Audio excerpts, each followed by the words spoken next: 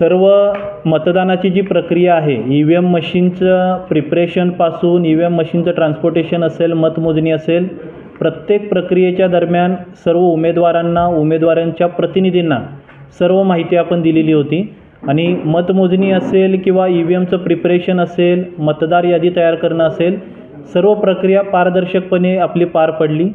275 करवीरच्या अनुषंगाने सोशल मीडियामध्ये काही चुकीचे मेसेजेस फिरत होते, तर 275 करवीरच्या निवडणूक निर्णय अधिकाऱ्यांनी याबद्दल प्रेस नोटद्वारे एक्सप्लेनेशन दिलेलं आहे.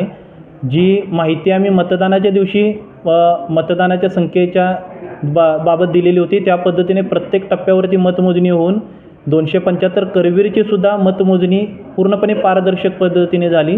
आणि याबाबत सर्व उमेदवारांना याबाबतची माहिती देण्यात आलेली होती. कोणत्याही उमेदवाराचा याबाबत मतमोजणीबाबत आक्षेप नव्हता, परंतु काल काही चुकीच्या माहितीवरती आणि चुकीची माहिती एका कागदावरती लिहून जी काही चुकीची माहिती स्प्रेड करण्यात आलेली होती, त्याचा खुलासा निवडणूक निर्णय अधिकाऱ्यांनी दिलेला आहे. आणि तो उमेदवारांनी सुद्धा त्या खुलासाबाबत पॉझिटिव्हली त्यांचा रिमार्क दिला.